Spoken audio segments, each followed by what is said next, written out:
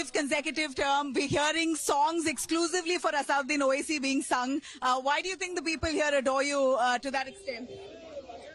No, it is, first of all, I'm thankful to the Almighty, and then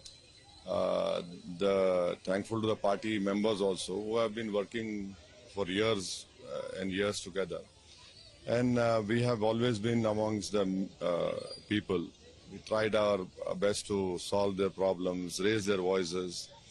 That makes us unique because unlike other political parties, I have studied this very continuously at the cost of repetition.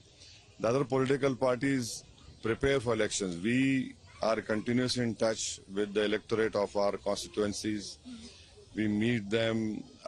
We have a system wherein at our office all the MLAs, MPs, MLCs, corporators sit. People come, 6 days a week. We're available, accessible.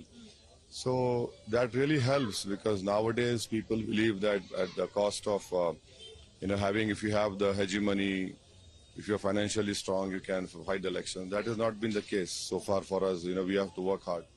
Old Hyderabad region, there's a scope for a lot of development. A lot of critics also say that there's not much that's been done. Would you like to respond to them? Well, I have, there are 82 Basti Dawakhanas in my parliament constituencies. Let other parliament constituencies also show how many Basti Dawakhanas they have. So people have this wrong impression. They create this myth about MIM party giving emotional speeches, playing on rhetoric or religion. That is not the case. Madhvi Lata, I just spoke to her. She says that there's, that she says the AIMIM are descendants of the Razakars.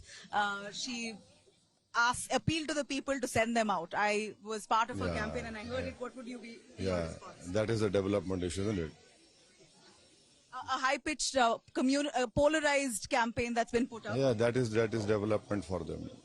See, that is what I'm saying. What is there on the ground, you're not able to appreciate. The hospital which she runs was blacklisted during COVID time for fleecing poor people for 8-9 days. So this has not been talked about. Can she say what is the amount of money that was given by the BJP to the Hyderabad city or south of Hyderabad? We are there on the ground. During COVID time, our party members had gone inside containment zones, distributed food kits irrespective of religion or caste. So there is a list of works which we have done and we are continuing to do.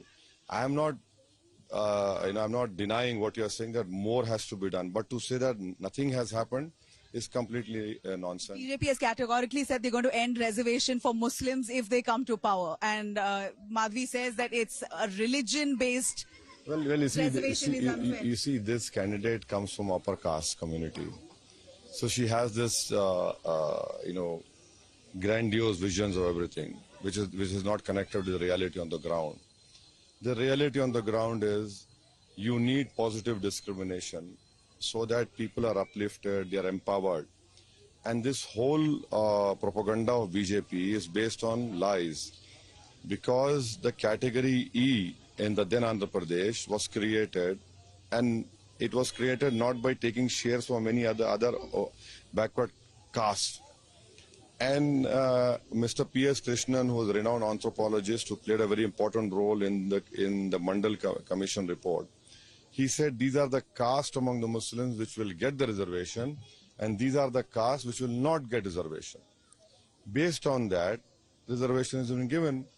And the hypocrisy of BJP is that they are in alliance with Chandrababu Naidu. Yeah, Chandrababu Naidu has promised to restore. How can that be? How can that be? How can there be a contradiction between Modi and Chandrababu Naidu? So people of Andhra Pradesh have realized that it is Jagan Mohan Reddy who will stand with reservation, who will stand with protecting the constitution, whereas BJP just to create divisions within the society.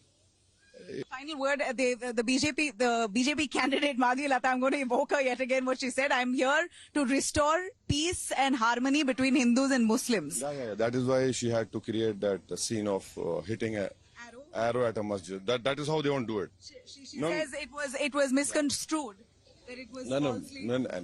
Well, you can say whatever you want. Maybe she's having some problem with her eyesight. But the people at large have seen what BJP's vision is. That arrow was not aimed at, imaginary arrow was not aimed at a masjid. It was aimed at the peace of Hyderabad, peace of Telangana, which is a landlocked area. And for a landlocked area, peace is very, very important for us so that Telangana progresses. You have Amazon, Facebook, MNCs.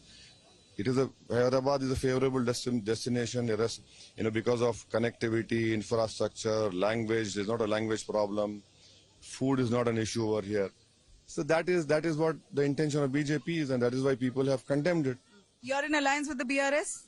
No, we are not in alliance with any political party. No support to the BRS? No. We have given a message that in Hyderabad, Patang should win, and in the remaining 16, BJP should be defeated.